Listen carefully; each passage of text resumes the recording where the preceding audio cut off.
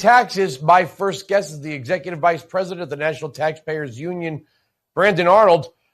Representative Veronica Escobar, who's Biden's co-chair, says going into this debate, people are going to vote for Joe Biden because they don't want their taxes to go up. Yeah, that's interesting because he's actually said that he wants to get rid of the entire Tax Cuts and Jobs Act. Perhaps he misspoke, but he said it on multiple occasions. And of course, if you get rid of all that, if you allow it to expire at the end of next year, guess what happens? You have enormous tax increases, not just for the rich, which is what Biden wants, but for middle class, working class, lower class Americans. You name it, your taxes go up. You know, based on research from the Tax Foundation, a single worker making just $60,000 could see an $1,800 increase to his or her taxes. That's phenomenally large. And I don't think that's what Biden really wants to be out there saying.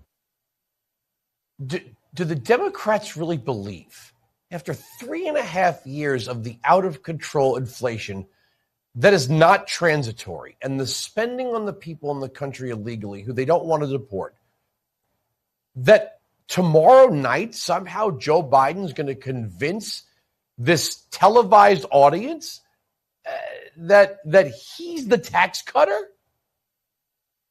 It really defies all imagination and rational thought here. You know, if you look at the polls right now, the number one issue for American voters is the economy. The number two issue is inflation. Obviously, two highly interrelated topics here. All Trump should be doing in the debate tomorrow is talking about the economy, talking about what he did on taxes, talking about how his deregulatory agenda helped to boost job growth. If he's talking about anything else, he's really wasting his time.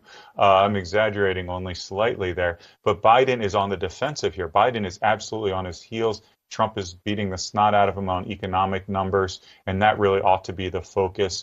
Hopefully that's the case rather than just sniping at one another and lobbing personal insults, because I don't think that's what's going to win over those voters that are still in the middle, that are still undecided at who our next president ought to be.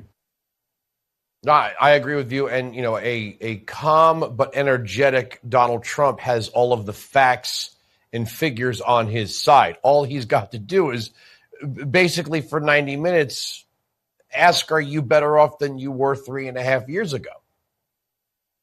Yeah, pretty much. I mean, inflation when Joe Biden took office was under 2%. It peaked at over 9%. Now it's 3.5%. That cumulative inflation that we've been dealing with has pushed prices up 20% across the board.